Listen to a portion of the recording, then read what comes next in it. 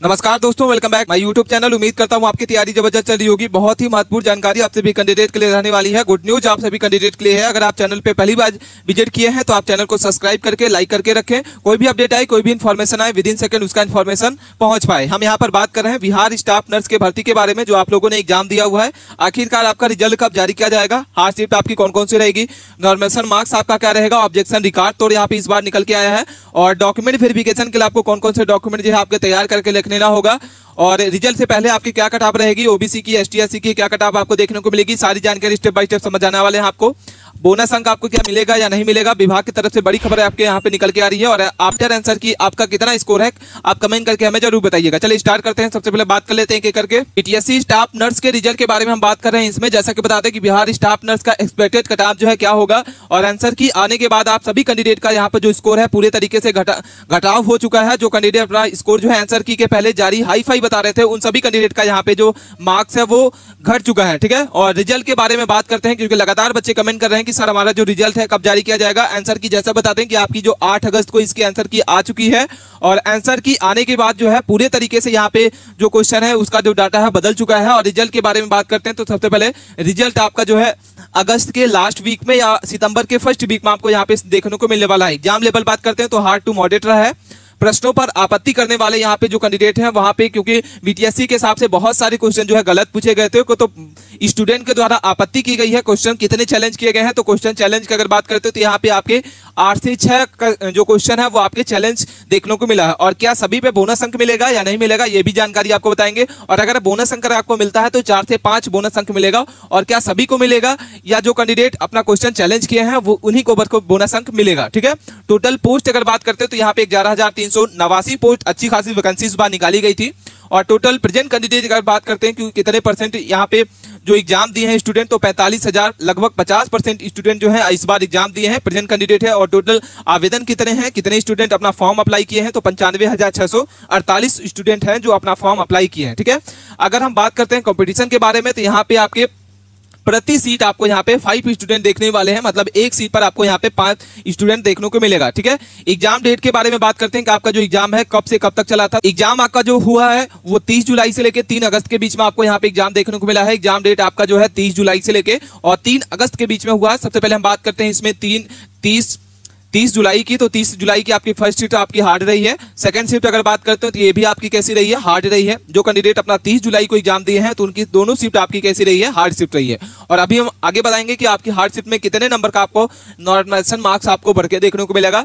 31 जुलाई की अगर बात करते हैं फर्स्ट शिफ्ट आपकी मॉडरेट टू हार्ड रही है, और सेकंड शिफ्ट आपकी बात करते हैं तो हार्ड रही है। ठीक है, 1 अगस्त की बात करते हैं तो यहाँ पे आपकी 1 अगस्त की फर्स्ट शिफ्ट आपकी मॉडरेट रही है, और सेकंड शिफ्ट आपकी कैसी रही है, हार्ड रही है। ठीक है, इसके बाद हम बात करते हैं 3 अगस्त की, तो 3 अगस्त की आपकी जो फर्स्ट शिफ्ट हुई थी बस एक शिफ्ट हुई थी, और वो आपकी कैसी रही है, 3 अगस्त की आपकी फर्स्ट शिफ्ट जो थी आपकी मॉडरेट टू हार्ड रही है। कैसी रही है, मॉडरेट टू हार्ड रही है। अब हम बात कर लेते हैं यहाँ पे कि कौन कौन सी शिफ्ट आपकी यहाँ पे नॉर्मलाइजेशन मार्क्स आपको क्या रहेगा। तो जो कैंडिडेट अपना स्कोर जो है बता रहे हैं कि अच्छा खासा स्कोर बता रहे थे, आंसर की आने के बाद सभी का जो मार्क्स है घटा हो चुका है, और हार्ड शिफ्ट वालों को यहाँ पे 8 से 10 नंबर का यहाँ पे आपको नॉर्मलाइजेशन स्कोर जो है देखने को मिलने वाला है। वहीं अगर हम बात करते हैं मॉडरेट शिफ्ट की, तो मॉडरेट शिफ्ट में आपके 4 से 6 नंबर का मार्क्स आपको यहाँ पे बढ़ के देखने को मिलेगा, और 100 नंबर की आपकी मेरिट लिस्ट बनेगी। कितने नंबर की, 100 मार्क्स की आपकी मेरिट लिस्ट बनेगी, जिसमें से 75 नंबर आपका रिटेन का रहेगा और 25 नंबर आपका अनुभव का दिया जाएगा। ठीक है, तो यहाँ पे 100 नंबर का मार्क्स रहेगा। अब हम बात कर लेते हैं पोस्ट वाइज आपकी कितनी कैटेगरी थी, और पोस्ट वाइज आपकी कितनी वैकेंसी जो है जारी की गई थी, क्या रहेगी।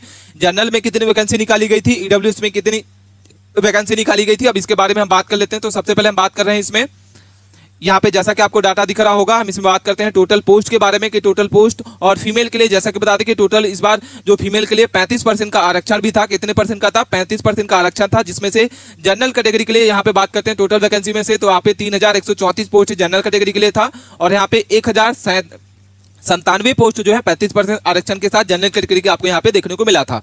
अगर हम बात करते हैं ईडब्ल्यूएस की, तो ईडब्ल्यूएस के लिए आपको यहाँ पे 784 पोस्ट यहाँ पे देखने को मिली थी, और अगर हम 35% के साथ अगर हम फीमेल कैंडिडेट की बात करते हैं तो यहाँ पे 274 आपको यहाँ पे पोस्ट देखने को मिली थी। एससी की बात करते हैं तो यहाँ पे 2,853 आपको यहाँ पे पोस्ट थी, और 440 आपकी फीमेल कैंडिडेट की थी। एसटी की बात करते हैं 121 पोस्ट आपकी थी, और 27 पोस्ट मात्र आपको फीमेल कैंडिडेट को यहाँ पे देखने को मिली थी।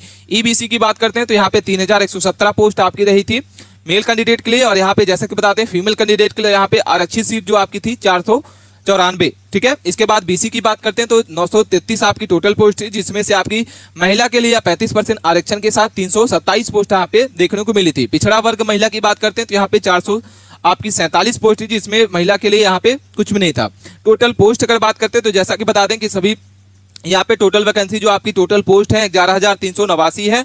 और यहाँ पे अगर हम बात करते हैं टोटल 2,649 यहाँ पे आपकी 35% यहाँ पे आपको देखने को मिला था आरक्षण के साथ टोटल पोस्ट, ठीक है। तो आप हमें कमेंट करके बताइएगा कि आप किस कैटेगरी से हैं और आपका कितना स्कोर है।